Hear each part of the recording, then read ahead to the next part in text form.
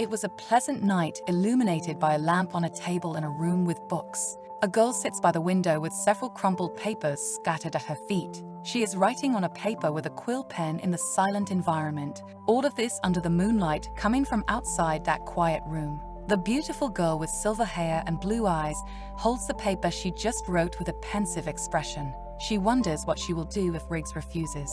The more she reflects on it, the more unfair it seems. After all, it should be absurd for a priest to sell a person. A few days ago, she was walking through the corridors at night, unable to sleep, still in her nightgown. As she walked in an open space, she was able to hear voices talking coming from somewhere. She wondered who could be awake at this hour of the night. Sneaking around, she sees Priest Matteo and a cloaked person talking in the darkness of a clearing. The hooded figure hands over the promised gold coins to the priest, which only made the protagonist more curious. After all, it was a sum large enough to buy a palace. The priest wonders if Isabel is really worth all that and asks what was so valuable about a mere orphan from the temple. The hooded figure justifies that this amount did not even compare to her true value. Isabel, who was listening to the conversation hidden behind a wall, wonders why they are talking about her. And they comment that she will be the woman the Duke of Cardigo would take as his wife, a revelation that left Isabel in complete shock.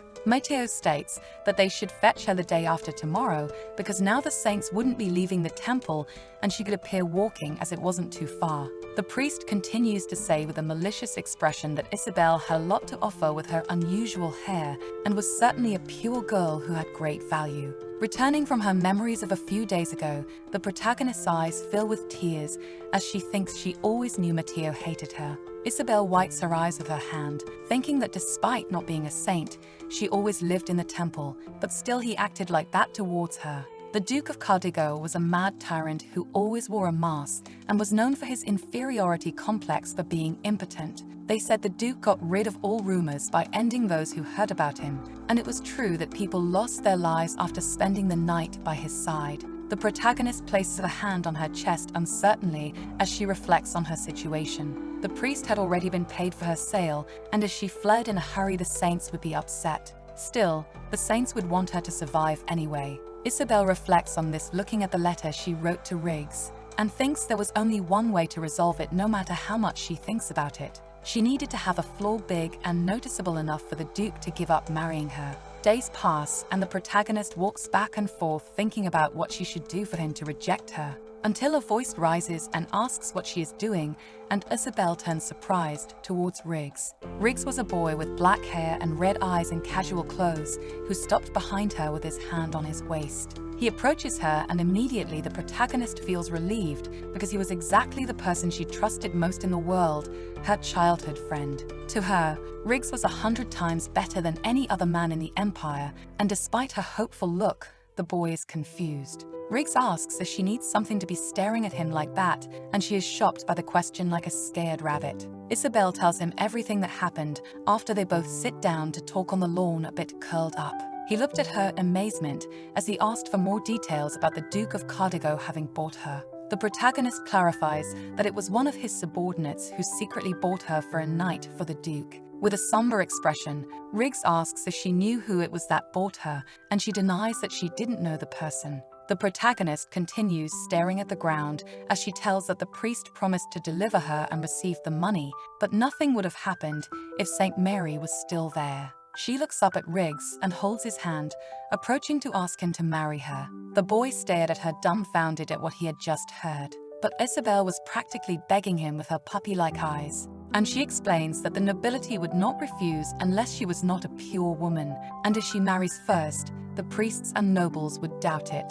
Riggs continues to be surprised and asks if Isabel really intended to marry someone of low status just to avoid being with the Duke of Cardigo. His hesitation makes the protagonist take her notes letter out of her pocket to try to convince him. She understood that he was confused by the sudden request and shows the contract she wrote the night before while she couldn't sleep. He doesn't seem impressed at all with the envelope she made to fake the marriage contract, but he takes it anyway to read the descriptions, and as Isabel noted that as long as he became her husband, she would take care of the house until they divorced. The protagonist insists that he could treat her like a maid, and he retorts that it didn't seem beneficial to him at all. This brings tears to her eyes as she begs him again to help her with this. Isabel's gaze makes him blush a little, and it slightly touches his heart. He places his hand on his chin and responds that she was always reading about people falling in love overnight, and that's why it was strange the Duke's case didn't attract her. Riggs suggests that the Duke could be a good person, looking quite confident, but this doesn't convince Isabel, and she sighs because she didn't care if he was a good or bad person. After all, the main issue was that the Duke of Cardigo was impotent. Hearing her say that outright left the boy frozen in place. And she goes on to explain that this was what the rumors said, and aside from that, everything else was great. In fact, there was still the issue of the Duke being a tyrant, and possibly living beside him could be torture. Her harsh comments left Riggs petrified in place because he and the Duke were similar, but Isabel retorts that it wasn't the case. After all, Riggs lived 20 years under the care of the saints, unlike the Duke. Her insistence makes the boy sigh and cover his face with his hand, asking how long he had to respond to her. Isabel removes her necklace and hands it to him, saying that at least until after the next day, he had to marry her so she could survive. Then she got up and waved in the distance as she started to leave, and he waved back. Riggs smiles to himself, wearing Isabel's necklace before getting serious again, deciding to find out who was after her to begin with. In the Rainon Empire, there was the goddess Isis, who was benevolent and loved humans, and it was said that she divided her power among 3 families. The celestial Rizalin, who predicts the future, Pillsburg, who uses the magic of the 4 attributes, and the underworld forces of Cardigo, who can manipulate the powers of death and specters. The Empire elected the Emperor from among the 3 families, and thanks to this the colors that distinguished them were very clear, as they were golden like the House of Rizalin. The temple where Isabel lived was very special, situated in the Duchy of Cardigo, and it was the only one of Pittsburgh. Since she was young, the protagonist had heard rumors about the Duke. He was a legitimate heir who inherited the power of the underworld at 7 years old and was the most likely candidate to be the next emperor. But he was also quite sensitive to scandals related to women, and that's why Isabel knew the Duke could be condemned to death someday. She knew she had always asked Riggs for many things in her life, but this was the first time she was so desperate for help. The protagonist stopped walking after thinking so much and took a deep breath to calm down, hoping that since nothing had happened yet, she shouldn't be afraid. There was a saying that if one thinks negatively, nothing could be done, so she tries to distract herself and focus on something else. Isabel looks at herself in the mirror and touches her own face, surprised because her muscles were stiff with tension. She had silver hair and blue eyes that only those loved by the goddess Isis would have, and that's why she also received the favors of the saints and believers. This made her determined not to be ashamed when she became a wife, and given that several boys had always liked her, she had high expectations for someone to take her as a wife, until she stops for a moment to realize something. And her thoughts become negative as she remembers that Riggs always teased her when he saw her, and it didn't seem like he ever had any charm for her. Isabel recalls when she decided to live with black hair for a year by mistake, she didn't have a face as tense as today. This worried her that she couldn't get married at this rate. She remembers an event 13 years ago when she was still just a child. Walking with a saint in the temple, she pulled her hand as she remembered it was a holiday and the biggest festival of Cardigo. It was the year the Duke would return from the capital, and it was especially luxurious. Isabel asks if they could see the fireworks and that it would be good to convey the will of Isis at these times. The saint picked up and held the girl in her arms and agreed that it would indeed be amazing. But most people in Cardigo wouldn't want the saints of the Pillsburg temple to disturb the festival, so they would sleep early, but Isabel was still sulking in bed during the night. The girl wanted to see the shooting stars spreading everywhere and watch the fireworks, and she tossed and turned in bed, messing everything up, until she stopped to stare at the ceiling, still frustrated. She recalls a rumor that making a wish on a shooting star could come true, and that the boys in the village held their parents' hands while making a wish looking at the fireworks. Remembering this made her feel a little lonely. Isabel squeezes her hands in her lap because she also wanted to have a family to live with. The saints always held her hand, but never went to the festival with the children. She would love to have a family to share these good moments with. It was then that the protagonist sat up and crossed her fingers to pray. She asks the goddess Isis never to leave her alone until suddenly she is surprised by something and sees the figure of someone in the forest through the window. Isabel climbs on the table and realizes it was the figure of a boy in the forest at that hour of the night. She runs out of her room and wonders if he wasn't with his parents, deciding that she would invite him in and then offer him a cup of hot tea. She could also wake up the saints and ask for help because probably the boy didn't have parents. But when Isabel arrived at the spot, she found a boy with black hair and red eyes who was huddled and crying. The two stared at each other in silence in the dark forest. And what came to the protagonist's mind was a baby deer. Isabel recalls when Saint Cecilia saved a baby deer from a trap and said it gave them the location of something valuable and allowed them to buy several snacks. It was a story of reward for helping an injured or lost person, and now Isabel could only see the boy as her own baby deer. She sits next to the boy and introduces herself as Isabel and that she was 6 years old, asking what he was doing there in the forest. After bombarding him with questions with a cheerful face, she gets no response from the boy with a gloomy aura. Isabel says he was the quietest boy she had ever seen despite the saints saying it has its advantages. The boy complains that she was a girl and this surprises her because he was very handsome. He hesitates to continue talking to Isabel, and the girl insists on knowing his name, suggesting random female names to try to guess, until he says his name is Riggs, but the protagonist is confused by what she heard. This makes the two argue and Riggs calls her deaf, and Isabel complains about the treatment she received when she ran out just to help him. The boy sits frustrated on the ground, and she does too, thinking that the baby deer was too sensitive. Looking more closely, she realizes that Riggs was actually trembling and had several wounds on his body. Isabel had to take him to the temple to take care of him, but given his behavior, it didn't seem like the boy would want to go with her. In that case, she decides that she would try to get him to lower his guard and smiles as she asks where he lived because he seemed a little younger than her. Since she gets no answer again, Isabel realizes that he was indeed very stubborn. She insists by asking what he was doing there so late and what his parents were doing and why he was alone during the night. After insisting so much, Riggs responds upset that his parents died in an accident and tells her not to talk to him anymore. This leaves her silent for a moment before she cheerfully responds that she also didn't have parents because she was abandoned as a baby, which startled Riggs. Isabel was happy because she finally found something in common to be able to talk about, but the boy was astonished because she was so full of energy despite the sad subject of the conversation. She asks if they could be friends now that they had something in common. Riggs stares deeply at her in disbelief, and Isabel asks why he was looking at her like that. He says she was strange and asks how she could be happy about not having parents, and she replies that she was happy just to be his friend, which leaves him confused. The protagonist says she was happy because he was answering her without ignoring her like before. Her happiness was as clear as sunlight, to the point that there were flowers around her head, while Riggs was still incredulous about the whole situation. Then Isabel asks again why he was there in the forest, far from the village and his home. The boy says he was running away, and this immediately surprises her. It was then that a noise caught both their attention, and the two children looked to the side. The tip of a spear swept through the forest and the bushes as some armed guards continued their search. They commented among themselves that there were no tracks, despite him not having gone far with the paralytic in his leg, but they should find him.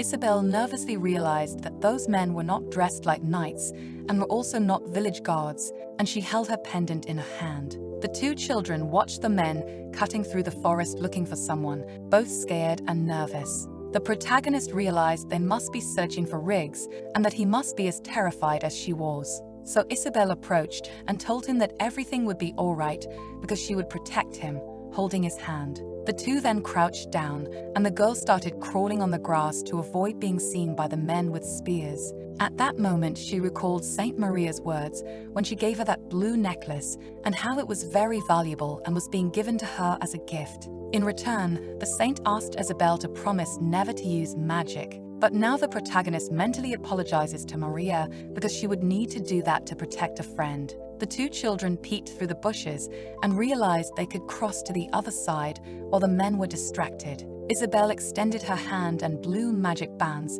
began to shine in the forest under Riggs' gaze. Her magic made sounds in the forest, and the men quickly shouted to follow the sounds because it must be the person they were looking for trying to escape. The boy realized it was wind magic and asked how Isabel did that, making her super happy and proud of her own achievements. His question confused her, and Riggs explained he was interested in knowing how she used wind magic. Isabel replied that she simply didn't know because it had always been like that since the first time she used magic.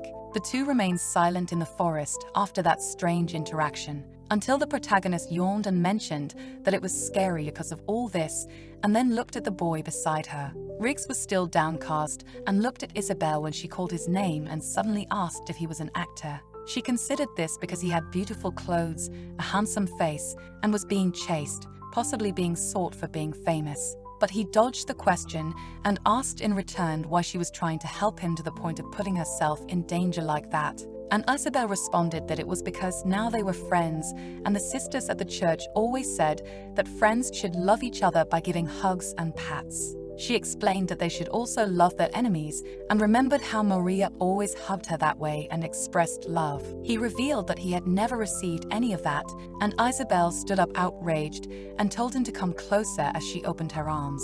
Riggs tried to ask why, but she was quicker and pulled him into a comforting hug. Isabel asked what he thought of the experience, and the boy remained silent until he hugged her back and asked if that was what love was, hiding his red face so she couldn't see how her hug affected him. The night passed, and the next morning Isabel was caught off guard by Maria, who asked why she was so early in the morning, as she was surprised to see she was not in her room. Isabel jumped in surprise to see that Saint Maria was clearly upset and worried about her. The saint approached and knelt before the girl, placing her hand on her shoulder as she reprimanded her. Maria said there was a problem with the Duke's return, and she was worried about Isabel's absence, asking if she was in the village, and the protagonist revealed she had stayed at the temple. Isabel said she was praying before going to sleep, and revealed the story from her point of view, which made Maria affirm that she did well to help a friend. The protagonist said that he didn't want to go to the temple, and she was now going to take some bread and soup to the boy, and the saint reflected that people from the duchy really don't like the temple. Later, the two returned to the forest, and Isabel guided Maria to where Riggs was. The boy widened his eyes when he saw that the protagonist was accompanied, and the two stared at each other in an open guard position to the point that Maria dropped the soup on the ground and Riggs stood up. Isabel was confused when Maria said in a tense voice for her to stay by her side, but the girl walked past them and tried to gather the soup, thinking it was a waste to spill it like that. She cried because the soup was tasty when she tasted it earlier, but now it was completely spilled, and both Riggs and Maria fell silent seeing that, until Riggs asked Isabel for another hug because he was going home. Then he hesitated before asking if that would be possible, blushing a little as he made the request. The protagonist was surprised because this was the first time he called her by her name. And to Maria's surprise, Isabel ran towards him without hesitation, hugging him while saying he should come back to play next time, but should go home to rest that day. Riggs smiled and hugged her back, looking very comfortable beside his friend. The two continued hugging, and Isabel remembered that this was how they had met and become close. Thus, the days continued to pass, and little Isabel always had a lot of fun before returning dirty to the temple. The sisters welcomed her warmly when they noticed she had fun and asked what she did that day. She told them that Riggs climbed a tree for the first time, and besides going to the temple, they played and fished too. After wiping her face, the sister told her to go inside to wash her hands because she should stay clean, and Isabel ran off to obey her orders. Within 6 years, things began to change, and Riggs needed to leave in 2 weeks. At first, Maria had problems with the boy, but then couldn't stop crying when Riggs had to go. Moreover, Isabel noticed that the temple had been quiet lately, and that a group of priests was visiting the temple frequently, and they were all people with a dark and scary look on their faces. One day, one of the sisters asked if Isabel would like to take a walk now that the visitors had arrived at the temple. The protagonist agreed and held Cecilia's hand, asking who the people visiting the temple were, and she said they were priests from the Pittsburgh temple. Cecilia explained that their temple was in the duchy, which was far from the capital, and the priests came to ensure that the will of Isis was being conveyed. Isabel asked who those people were who had not stopped staring at her since they arrived. The sister said it was Father Matteo, who was just observing the place, a follower of the imperial family and one of the most well-known in Pittsburgh. Matteo's gaze made Isabel hide behind Cecilia, saying she was afraid of the way they were staring at her. The woman reflected that it was indeed a strange action and that it would probably be better for the child to stay in her room today. She said she would let Isabel know when Matteo left, and in the meantime, she would accompany her back to her room so she wouldn't be so scared. But the priest continued staring into her soul, even as they left with that super scary aura. When Isabel turned 10, she still ran excitedly whenever she saw Riggs. That day, she was sitting on a sheet on the grass and patted the spot beside her, inviting him to sit because they had a lot to do that day. Riggs, now 11 years old, sat beside her as she asked. The protagonist was sulking because he always took a long time to see her, and he consoled her by giving her a cookie to eat, smiling at her. Isabel ate the cookie happily and said she was very distracted because St. Maria's classes were getting harder and harder. She continued complaining about needing to write reports while the boy opened a book to read. Riggs noticed that she was studying about the Duchy of Cartigo by reading what was written. The girl pointed out that they were learning about this in history class and also about the 3 most important dukes that ever existed. The topic made Riggs a little tense and distant. He suggested that they read together, but Isabel was suspicious because suddenly the history topic caught his attention. The boy explained that it was necessary, and the Pittsburgh Temple brought very interesting books about the duchy. While they were discussing, suddenly another child appeared to talk to Riggs. And this child was a girl named Ravi with brown hair who was a little shy. Isabella got up to go to Ravi and asked if she wasn't planning to move to Ligeland next month and if she was there to say goodbye. The conversation made Riggs turn and say he would give them space to talk. The protagonist asked if Ravi wanted to talk somewhere else, and she agreed. But she said that first she would like to talk to Riggs for a moment. Isabel hesitated before understanding, and then agreed without hesitation and stepped aside to let them talk. She often dreamed that she would always be beside her friends so they could be a family, even though she knew it was impossible. Still, the protagonist could feel that Ravi and Riggs could commit to each other and there was energy between them. This made her watch from a distance behind a tree to see how things would turn out. Isabel was excited because they were her friends and even thought about going home alone to leave them alone. She starts listening to the conversation, super excited about the romance that could unfold. But when Riggs says he didn't want anything romantic with Ravi, her expectations are completely shattered.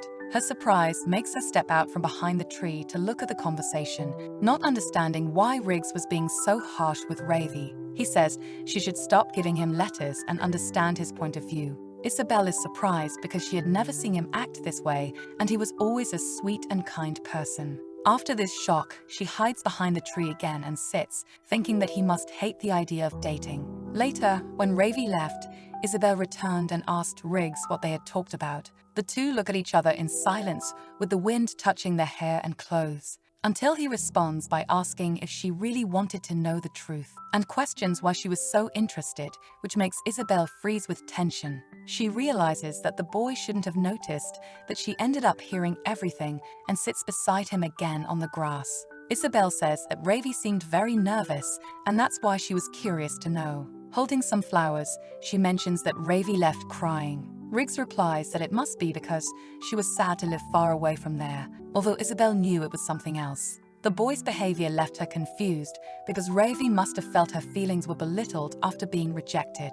Isabel sighs, and her nervousness catches Riggs' attention. Then she turns, saying that friends care for and accept each other, and if he likes and appreciates Ravi, he shouldn't talk to her like that, which makes Riggs ask if she heard everything from the beginning. This makes her embarrassed, and she falls silent, and the boy says that was a wrong action. Riggs asks if she felt that way about both sides, and Isabel immediately agrees. She says that both of them were special to her, and even if Ravi leaves, she would always be her friend, just as Riggs would always be her friend. There was no reason to deny Ravi's feelings from her point of view, and the boy retorts that being friends doesn't mean he should accept her feelings. Isabel asks the reason for that and makes a puppy-like expression because she didn't have many friends and didn't want to lose the only ones she had. The sight left Riggs a bit stunned, and he fell silent, until he felt bad for Isabel because she started crying and spoke ill of him for being so cold and even said she hated him.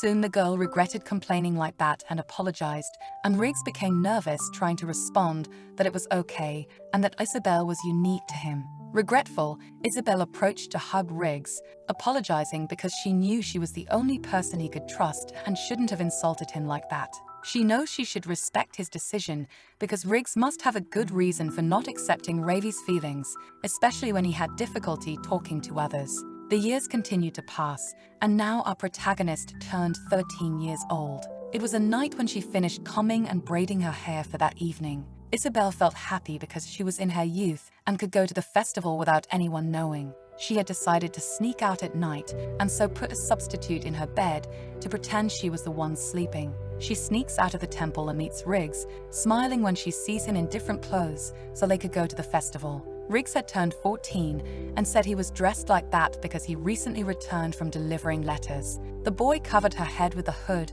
and mentioned that she seemed to have prepared beforehand, and Isabel agreed because she had been waiting a long time for the fireworks. He asks if she likes the fireworks that much. The protagonist gets excited because they were like shooting stars in the sky and asks if he thought her wish could come true if she made a wish on the fireworks. Riggs asks what her wish was, and Isabel smiles, saying it was that he wouldn't be alone. The two walk in silence until she notices something was strange, and Isabel asks if she said something wrong, but Riggs denies it and holds her hand, saying he was thinking about something but hadn't decided yet. The mention makes her curious to know what it was, and the boy says it was a professional training that, if achieved, would make it difficult to continue seeing Isabel during that time. He would have to strive for 6 months, but he hadn't decided yet despite needing to choose today. The boy apologizes for mentioning something sad when they were going to the festival and asks her what he should do, but Isabel was thoughtful about it. Isabel replies that it was hard to say because she would do anything to see him. That was enough to make him smile at her, and understanding that she didn't like not being able to see him anymore, satisfying him by knowing she would miss him. It didn't take long for them to arrive at the Halloween festival, where various skeletons and different horror elements were spread around.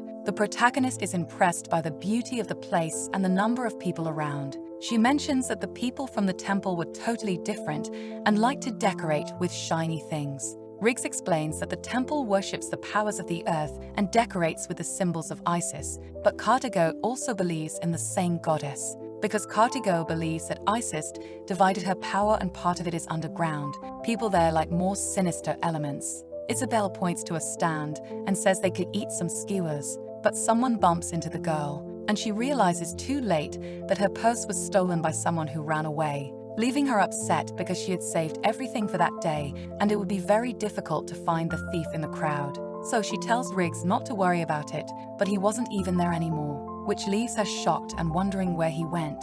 Being alone, Isabel remembers the temple's teaching that if she gets lost, she should stay in the same place, so she sits on the steps. A lot of time passed since then, and she started to worry about being in trouble. Then she heard 2 men talking that there were soldiers at the festival and the environment was chaotic. There were rumors that the government would become bad if the Duke's heir was not legitimate and came to power, and they were pressuring the Duke's nephew not to challenge his uncle's authority. The men laugh because in the end the next emperor would be from the Cardigo Duchy, and so tyranny would continue. The heir was the only one born during the eclipse. Isabel realizes it was true that there were several soldiers around and steps down from the stairs, reflecting on the difficult case of Cardigo's succession, but decides to put that aside to look for Riggs. Then someone grabbed her shoulder and pulled her back.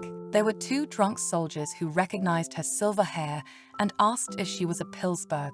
They say that when she grows older, she would be very beautiful, but even now she was nice, and they could be together that night. The protagonist slips out of her cape to quickly escape the soldiers' hands. Isabel realizes that she could easily knock down those drunk soldiers with magic, but hesitates, and she threatens them not to come closer despite a crowd surrounding the commotion, seeing the drunks bothering her. The soldiers continue chasing the protagonist and ask if she even knew who they were to treat them like that, until suddenly someone flicks a coin with their fingers and shoots it at one of the soldiers' faces violently. The man falls hard to the ground after the coins strike, leaving the other soldier and even Isabel astonished. The protagonist turns and realizes that the one who helped her was Riggs, who emerged from the crowd. He asks what they thought they were doing with an irritated expression upon seeing that they were bothering his friend. The boy walks past Isabel without saying anything towards the soldiers. She can only be surprised because he knocked someone down with a simple coin and didn't even seem like Riggs with how calm he was now. This makes her wonder where he got so much confidence to face a night like that. Isabel watches him say something to the soldiers that makes them leave without understanding what she just witnessed. If there were children fighting, he always lost and cried to the point that even the smaller boys had to console him. When Riggs got hurt and used medication, Isabel always had to hug him and say he wouldn't get hurt again. But now he seemed confident and full of himself in a way she had never seen before. Riggs approaches Isabel and apologizes for arriving late, saying that he threatened the knights if they didn't leave and also got the purse she lost earlier. He says she must be surprised by everything that happened and extends his hand, suggesting they go home for today. The protagonist watches him fascinated and wonders if Saint Maria had already felt that he had grown and matured so much. The two return to the forest, and Isabel says she was afraid of sneaking back alone. It would be different if Riggs was strong and protected her, but today she was surprised to see how her baby deer had grown, which left him confused when called a deer. Riggs looks at her incredulously while Isabel kept smiling without worrying about anything. When he stopped walking, she also stopped and looked back in confusion, until he says he would do what he had said to her before. Isabel realizes that he was convinced and determined with his decision, and this brings her a smile of satisfaction, realizing that she would miss Riggs when he left. This year, the heir of Cardigo overcame his uncle and took his place in a historic moment. Isabel hugged Riggs and said she would wait for him to return. Even if she felt lonely, she would wait for him as long as necessary. It didn't take long for the protagonist to realize that this half year without Riggs was far from fun. The letters began to pile up over time, and Isabel continued her life as usual despite Saint Maria's tasks being a real hassle. But at the beginning of the practices, she started to feel disoriented. The years continued to pass, and soon Isabel turned 14. One day, while she was walking through the temple corridors, she was surprised to hear someone call her name. And that someone was Riggs, who had returned and greeted her after they hadn't seen each other for so long. She was impressed because he had grown so much and gained muscles after losing the baby fat from when he was younger. Isabel held his hand as usual, while the sisters passed by them with expressions of discomfort and nervousness. And she touched Riggs' face, looking worried because he seemed exhausted from the excessive work. Riggs smiled at his old friend's words and said he missed her. Then he hugged her, confessing that he wanted to sleep because he was indeed very tired. The girl noticed that besides everything, his voice, face shape, body, and more had changed because he looked much more like a grown man. He approached and touched her hair, smiling as he asked if she now saw him as a man. The two looked at each other for a moment, and Isabel's face turned completely red, until she stepped back, feeling her heart beating fast and realizing that it was uncomfortable. It was then that she mentioned that she had also changed a lot in the past years and pointed to herself, asking what he thought had changed in her.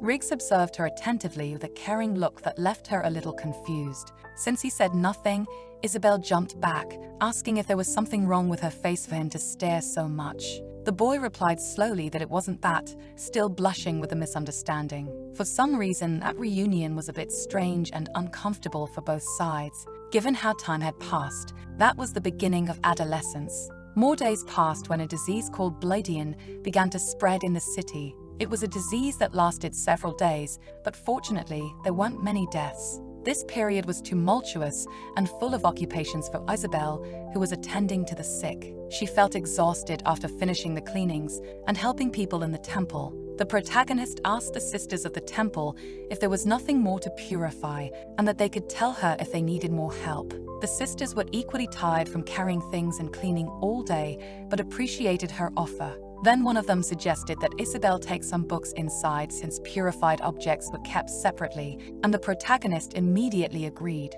So she did her task of picking up the books and taking them to the designated place. And she picked up one of the books to look at more closely. It was a book called The Noble Lady is Not Alone at Night. This made her think that if she were alone, she would feel lonely too.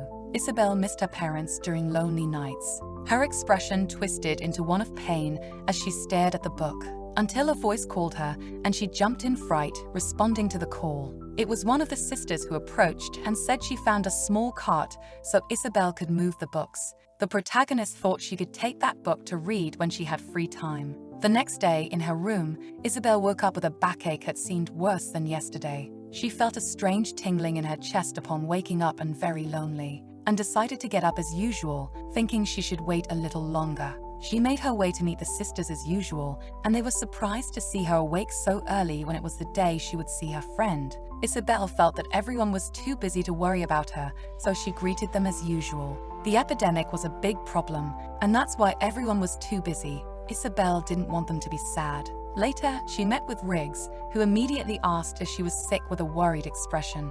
Isabel looked at Riggs, seeming a little downcast, and then she sighed, the two sitting on a wooden bench in the field. The boy tried to speak, but she interrupted him, saying that her chest hurt and she was anxious, which made Riggs ask if something sad had happened in the temple. Isabel denied it and said she had been feeling like that lately, waking up every morning with back and stomach pains. Riggs begins to worry about his friend when she mentions that the pain seemed to be getting stronger in her abdomen. She didn't want to say this and seem like she was complaining because it wasn't Riggs' fault that she was sick now. So Isabel stands up and apologizes, saying she needed to leave, still looking downcast. And she quickly moves away from the bench, leaving him behind still worried. Riggs stares at the ground, realizing he should bring a decent doctor to take care of Isabel in a casual way so no one else would notice. It was then that something on the bench caught his attention and he looked shocked. Meanwhile, the protagonist remembers seeing a trail of blood on her bed and was stunned. She felt so much pain that she became dizzy and needed to hold her own abdomen. Returning to the temple, her eyes filled with tears as she thought she might end up dying that way. While crying alone, Riggs appeared running and calling Isabel's name. He consoled her despite Isabel lamenting a tragedy when everything should have been fine, imagining how everyone would mourn her death later. Only later did the sisters explain the situation to the protagonist about her menstruation and comforted her that everything was fine. When she almost fell asleep in her bed, she began to hear the murmurs of a conversation. It was the sister explaining to Riggs that there was no reason to worry because Isabel was not going to die. He insisted that she was bleeding and said his heart was aching despite the sister insisting it wasn't anything that serious. Riggs said he knew of a new medicine that makes the heart work well, and the sister lost her patience, throwing a book at his chest and telling him to read it and not return it until he finished. She stated that he should especially read number 50 to calm that innocent boy's nervous heart. Isabel didn't know what the two were talking about, but she was feeling better now, so it was a relief. At the end of her noisy and tumultuous first period, things began to change again in her life. An elegant carriage approached and stopped near the temple. The protagonist noticed it from the window and wondered who was coming with it, since the monks didn't arrive at this time of year. The one who appeared was none other than Priest Matteo, who was intercepted by one of the sisters right at the temple entrance. Isabel was surprised and wondered what he was doing there alone. The priest mentioned not seeing Isabel because she usually worked often. It was then that Isabel suddenly stepped away from the window and covered her mouth, feeling an unknown disgust hitting her suddenly. It must have been her vague hunch that there was something strange about Matteo's unscheduled visit, and it was related to her first rule. What came to Isabel's mind were various thoughts related to her current situation. When the previous emperor and empress died without succession, the younger brother ascended even in his old age, but he also has no children. The Pittsburgh monarchy must continue its bloodline immediately. The sister replied to Matteo that Isabel was resting because she wasn't feeling well. Even though it wasn't a serious illness, it still required rest. Isabel looked out the window again, realizing that the sister was defending her and preventing her from being seen by the priest. The selection criteria for a woman to succeed in the imperial family were defined for those born with the characteristics of the goddess Isis. Meanwhile, the sister thanked Matteo for his concern, but stated they were taking good care of Isabel. In other words, they were looking for a woman with silver hair, blue eyes, and a pure and clean body. Isabel was unaware of her origins and wondered if there was no other woman in the capital who was of nobility and had the same characteristics.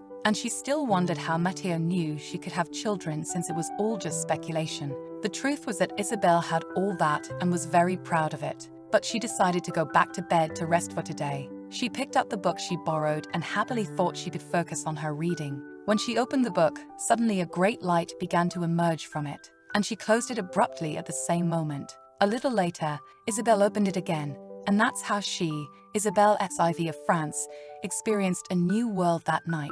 For a long week, Isabel remained addicted to that book. She finally understood the true meaning behind the book's title and now couldn't stop reading. The girl swung her legs super happily, realizing that she couldn't stop reading because it was super fun and too hard to interrupt. The gentleman character's persuasion was good, and Isabel could hardly believe she started reading something like that. It was the best experience of her entire life, and she was feeling renewed. Suddenly, she realizes she can no longer see the written letters, well as her vision starts to blur. Isabel climbs the stairs, thinking it was possibly not the Blidian disease because she had only been reading books that had been purified. But in a good mood, she considers that she would get better after a good rest. Despite lying in bed, her mind continues to wander, and she wonders why the Blidian disease started. Later, one of the sisters scolded Isabel for picking up a book that hadn't been purified and reminded her she couldn't read obscene things like that book in the Temple of Isis.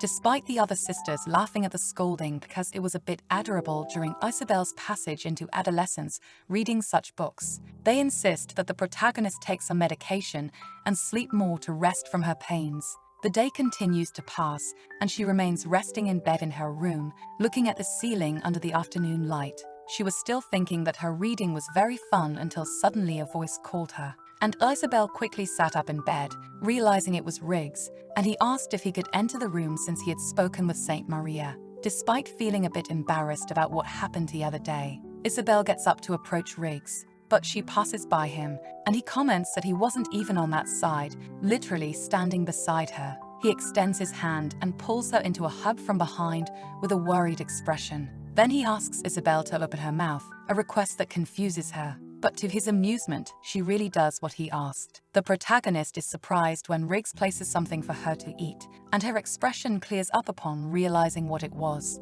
She turns to Riggs in surprise and sees that he looks worried. The girl tries to start explaining herself, but he interrupts and apologizes because he didn't know she was still sick. Isabel says it's okay, and he didn't know she was still unwell. Although Riggs continues insisting that he always thought he knew her better than anyone, she interrupts him again, stating that she can suddenly see better thanks to the fruit he gave her, which makes him happy because her vision improved and she didn't have the Blidian disease. But Isabel cuts him off, saying that's not important because now that her vision has improved, there's something she wants to do, and she pulls him close to where her book was. Riggs gets confused and asks if she wanted them to see that together with him as a man, and the girl laughs, saying it doesn't matter because he's still her friend anyway, and shows the book to Riggs. Despite the boy's confusion, she opens the book and starts excitedly telling him about what she was reading. But Riggs turns his face to the side and doesn't look at the book when she opens it for him. Isabel asks if he really doesn't want to read it even though it's fun, and he even closes his eyes because he doesn't want to see. He says it doesn't interest him, and if he's going to see it, she should read it alone. This reminds her that the saints mentioned those books are obscene, but it should make sense that boys are also curious about it. Isabel thought that Riggs shouldn't be interested in those relations between men and women to the point of seeming unusual. Time continues to pass, and now Isabel is 19 years old when she meets Riggs. The two were at a waterfall enjoying a moment together in the valley. She soaked her dress in the river water to appreciate nature and ran towards the boy. She says the days have been hot and wonders if it's okay for him to stop protecting the Pillsburg temple despite Riggs being too nervous to look at Isabel. He murmurs that he will bring a towel for her, and the protagonist smiles, saying it's okay, and she could get it herself. But the boy gets up without hesitation and walks away, saying he'll be back soon. Isabel stood in the water, not understanding his reaction, especially since the towel she needed to use was literally in the basket on the rock beside them. A little later, the protagonist finished drying herself with a towel and sat beside Riggs in the clearing, praising the large and soft towel he brought. This made her think that Riggs was indeed a good friend. Then Riggs took out a wine bottle from the basket and looked surprised, asking if the saints packed it. And the protagonist says she did it herself because they say drinking it in the cold warms the body, and Riggs asked if she drank. The girl denies it and says with a smile that it's her first time and opens the wine, asking if he wants to drink with her. And she simply tilted the bottle into her mouth in a way that left Riggs stunned, shouting for her to slow down. Night fell after some time, and the two were still together. They were lying on the grass, and Riggs kept her close when she fell asleep.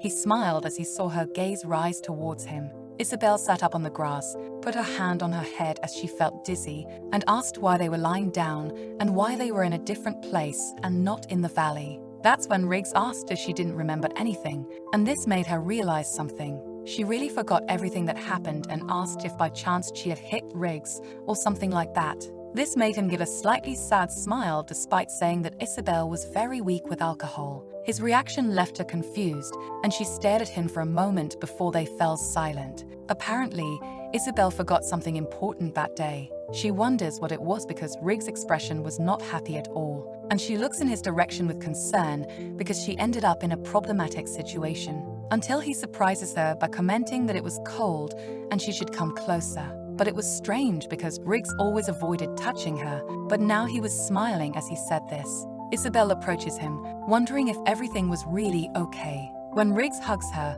it reminds her of the old days and makes her very happy. Riggs hugs her when Isabel smiles, saying they might see a shooting star that night, and the boy asks if she had a wish to make.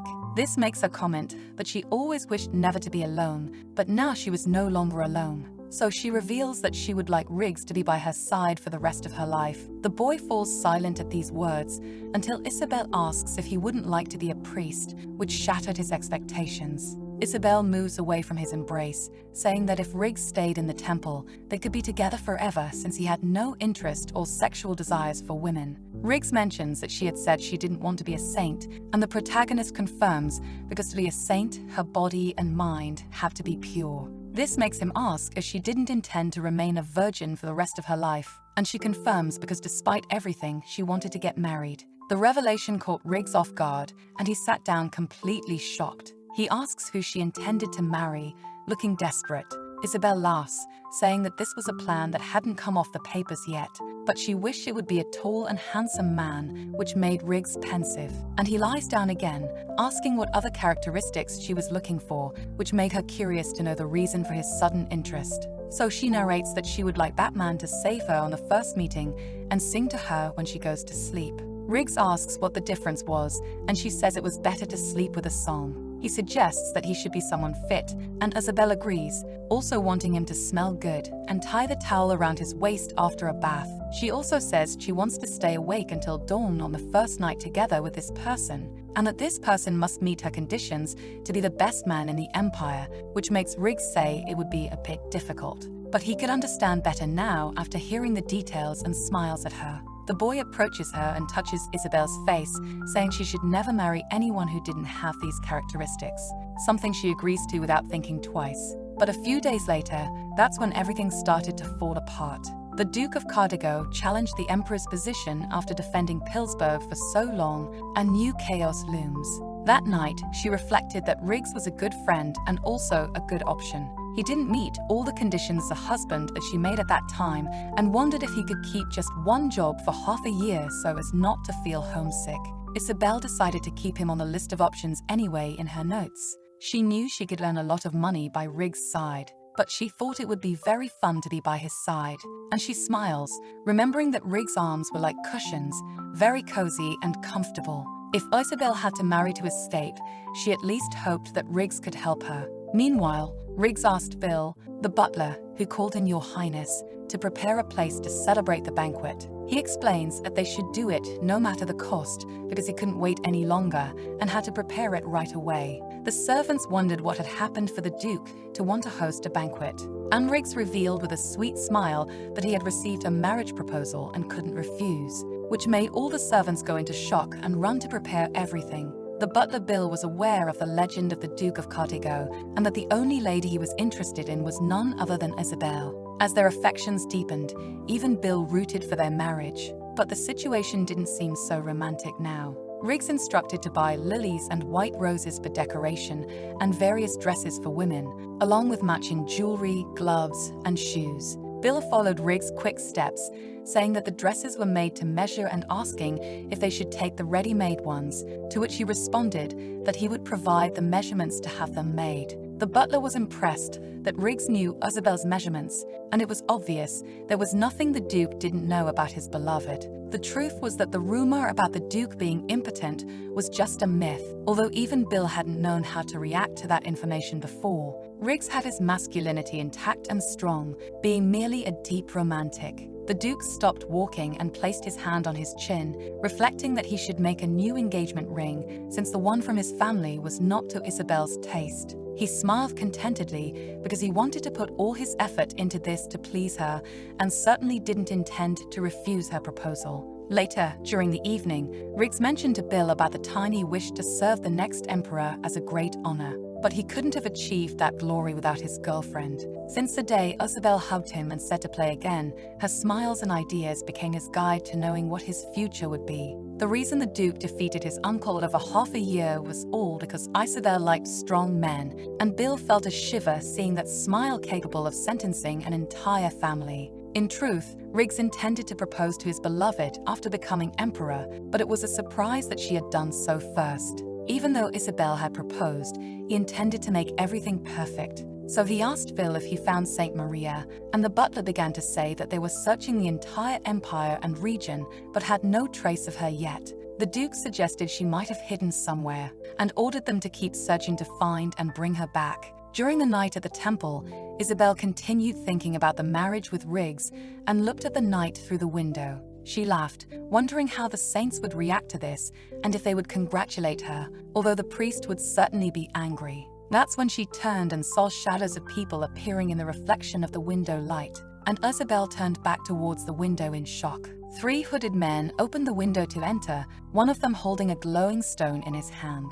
The protagonist stepped back in fear as they began to surround her. They said it was indeed her and that they needed to keep her alive. One of them approached with a rope in hand, under orders that they could cut off a leg if necessary. Isabel started trembling and wondered why they were there, even though she had lived her whole life without doing anything wrong at the temple. She trembled and fell to the ground completely powerless, closing her eyes in fear, thinking she missed Riggs so much. Until suddenly a golden light floated through the room, and the protagonist opened her eyes again in surprise. The golden glow passed by all the intruders, and blood stained all sides in Isabel's view, until someone called her name while she was still trembling on the floor. The one who appeared behind her using that golden magic was Priest Mateo. She recalled that it should be a taboo for a priest to use his divine powers to take a life in the temple, but even so, he did it to protect her. This idea quickly faded when Isabel saw the look on Mateo's face. Then he grabbed her and started dragging her out of the room down the stairs. The temple saints were kind, and Baron Iron paid a high price to have Isabel kidnapped, which only made Mateo wonder what was special about her. The kidnapping wasn't planned, but the priest still expected the money he was supposed to receive. Mateo looked at Isabel with a threatening air, thinking he had to deliver her to the Baron quickly, but in the meantime, he would keep her safe in the basement. So he threw her into the basement alone, and Isabel fell to her knees as the priest told her to wait there as he would come back for her later.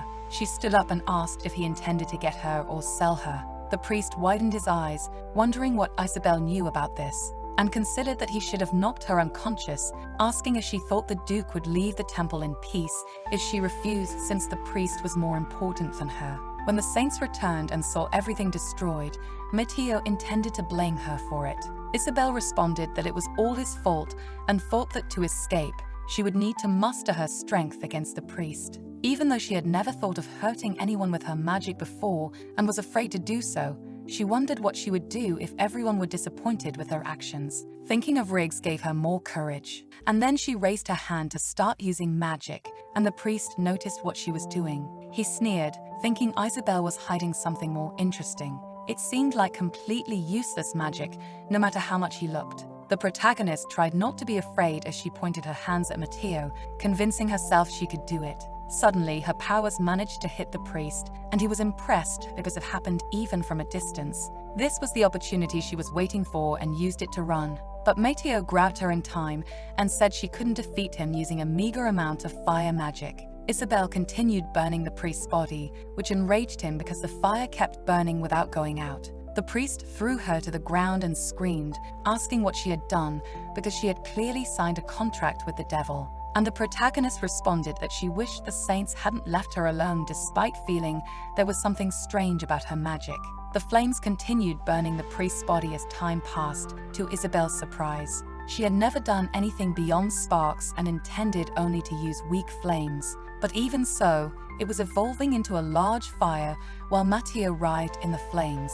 The protagonist stood up and leaned against the wall to walk. Seeing this, the priest became furious because she intended to escape again and ran towards her. He shouted that grace and swords were things Isabel didn't understand and extended his hand towards her. Until, to the protagonist's complete shock, a slash was dealt to Mathieu's back and he fell to the ground. A voice told her to close her eyes because it wasn't good to see the fire merging with a body, especially a fallen priest. Isabel was devastated by the death scene, while the person said it was too late because she seemed pale and scared. The sword was stained with Mathieu's blood when the person said she should avoid praying to the god of the earth. This wouldn't hurt them because they all belonged to the underground world. These words came from a group of people who had a dark aura around their bodies. She remembered that the strength of Sir Carmen was to show that he wasn't human, and the Ripper was the name of the Cardigo messenger who used the power of the underground. Isabel felt she had lost her happiness after all. She lost the warm love of the kind saints of the temple who took care of her. And now she would also lose her chance to be by Riggs' side, as she always wanted. The Ripper's voice called for Isabel when she stared at them with tears in her eyes, and he said they would take her to the castle. The pressure of everything that had happened caused the protagonist to faint in front of those people, and they shouted upon seeing the scene. Time passed, and simultaneously, still that night, Riggs was nervously looking out the window of his mansion. He wondered why it was taking so long for a mere rescue, even though he had sent the Reapers and not ordinary people. Every minute and second was suffocating for the Duke to continue waiting for news. Riggs thought that the term Cardigo, the patient, was ridiculous because having the confidence to hold one's breath in moments of tension wasn't useful. This wasn't enough for Riggs, who held Isabel's necklace in his hand, until a dark power formed behind where the Duke was, and Riggs looked over his shoulder, ordering to report what had happened at once. The Reaper appeared with his dark powers and saluted the Duke with a bow. He apologized for the delay as he opened his eyes to his master. Riggs mentioned that he seemed lost and asked if it was due to Keel's absence, and the Reaper nervously denied that wasn't the case. Thinking they had also panicked, he revealed that Isabel was very shocked to see them and needed to be calmed at the temple before being brought. The Duke was clearly furious upon hearing the report, and the Reaper felt he could die right then from the tension. The man reported that the priest took charge of it as Riggs had ordered, but when the group of Reapers arrived, Mathieu was killed by fire magic. This shocked Riggs, who stared at the man with a threatening expression, crossing his arms. After all, Isabel only used her magic in extreme cases. Riggs demanded to know what had happened, still looking scary with that glare. And this frightened the man as he continued reporting that before they arrived, he believed other people had arrived first. Now Isabel's safety was fully guaranteed, and the saints who had visited the village also returned to the temple as quickly as possible. The intruders who tried to escape were pursued, and soon their identities would be revealed. The Duke asked if that was all and remained silent upon hearing the end of the report. There were several reasons to pursue Isabel, whether to threaten the Duke by using her as a hostage or because of her physical characteristics similar to the goddess. Isabel had no control over her magic, and when she used it, it always hit a specific point with more power than necessary. It was as if someone invisible was helping her somehow. Riggs knew that Saint Maria had rigorously trained Isabel not to use magic unless she was in danger, and she should have been unaware of the specialty of her ability from the beginning. Given Maria's cautious attitudes toward Riggs, since they met when he was younger, there was no doubt that Isabel had a secret that could save the powerful and made everyone keep an eye on Isabel. One thing was clear from her unusual magic and distinctive appearance: she had both since her birth. The Duke realized he should go after the protagonist right away and would give a lesson after the ceremony ended. The man agreed with the orders and trembled as he mentioned that there was still something to report. Then he handed a paper to Riggs, saying it was taken from the intruders when they were captured and must be some code. Riggs opened the paper and then asked who had found that letter, and the man tensely replied it was Dell. The Duke said for Dell to take a paid vacation starting the next day, which left the man confused. This was because it was a letter from Isabel to Riggs saying she would give him all the food he wanted and not to worry about anything. This made him smile tenderly, saying that for 9 days and 10 nights, he would pay for everything for everyone who participated in that expedition. This shocked the man because, in almost 200 years of the duchy, no one had ever heard of anyone getting paid vacation before. Meanwhile, Isabel was resting in her bed at the temple beside the sisters who had returned from the village. They asked if Isabel was okay when the girl woke up looking downcast after everything that had happened the night before in her room. The protagonist recognized that she was beside Saint Cecilia and felt relieved to see them. Cecilia said that Isabel must have suffered a lot being alone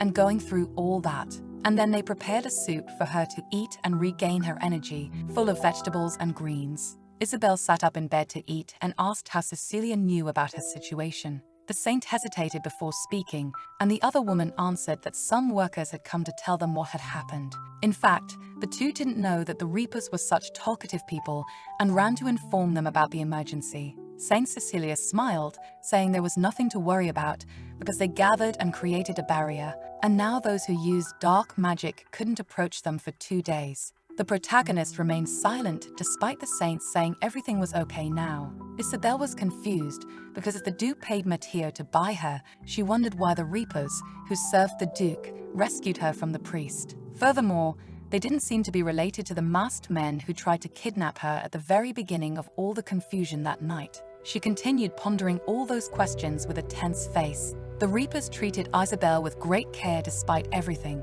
and it was one of the reasons that made her stop to reflect better on their identities. This made her believe they weren't bad people, and she wondered what had happened with the Duke of Cardigo. Noticing that she was distracted, Cecilia held Isabel's hands and asked what had happened because the girl seemed downcast, but she could tell her everything. The protagonist opened her lips to tell what had happened, making an expression of pain and nervousness. But the comforting atmosphere was broken, and the women in the room were surprised by a voice asking if the goddess helped with all this. Footsteps approached as this person said that the idiot priest was about to get into trouble due to the tragedy with his people. A masked man alongside other hooded people appeared in the room. He said that in the end, everything seemed to have gone well, seeing the sisters standing in front to protect Isabel. The man speaking had black hair and wore a bright blue necklace, saying he came there to rescue Isabel. The protagonist realized they looked like the intruders who had come before to kidnap her the previous night.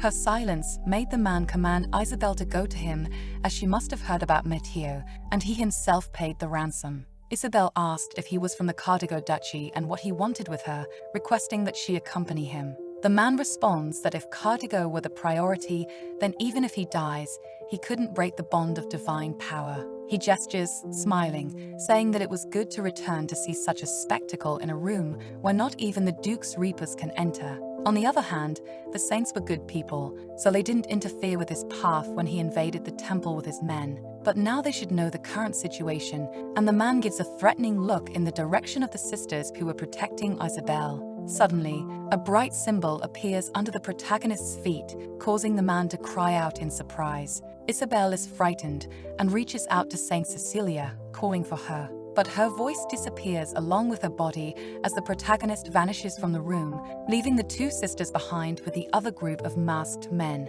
The man becomes irritated and compliments the women's abilities, but says they weren't smart enough to think that something like this would stop him. The two sisters were nervous, but Cecilia responds that no matter who he is, they would not allow him to take Isabel. Meanwhile, the protagonist opens her eyes in another place, still in the midst of her call for Cecilia. She realizes she ended up in the basement through teleportation, and possibly because Cecilia was without divine powers after setting up barriers to protect her from the intruders. The protagonist recalls Cecilia telling Isabel never to use her magic and couldn't do anything at that moment, wondering what she could have done differently. That's when she heard voices shouting outside to find Isabel because she must be nearby, and she gets scared. The girl walks through the basement, realizing they were still after her, which was a problem because the exit was far, but she didn't intend to surrender so soon. Isabel touches the doorknob, thinking it was an attic where even the priests get lost. And she hides inside a closet and closes the doors,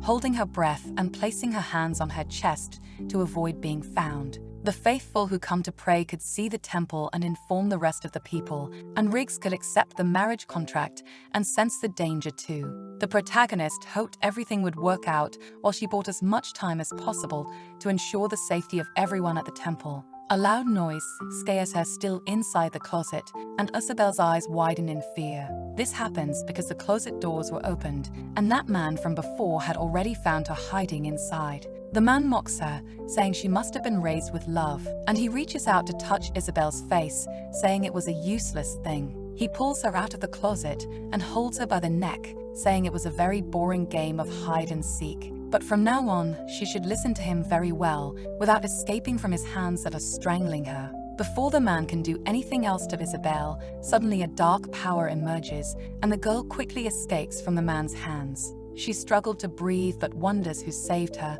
though she can sense the dark magic in the environment. The magic starts to hold the man and strangle him, and Isabel watches the scene in surprise. The man writhes with his mouth open as he loses breath to those powers, gagging as he is strangled in the air by the dark magic, despite his hands trying to prevent his own death. And something catches Isabel's attention on the other side of that room when footsteps approach the room. The Duke appears, wearing his mask, with a dark aura of his powers surrounding his body. And Riggs asks if this man being strangled was the Iron Baron himself, entering the room where Isabel was after saving her life.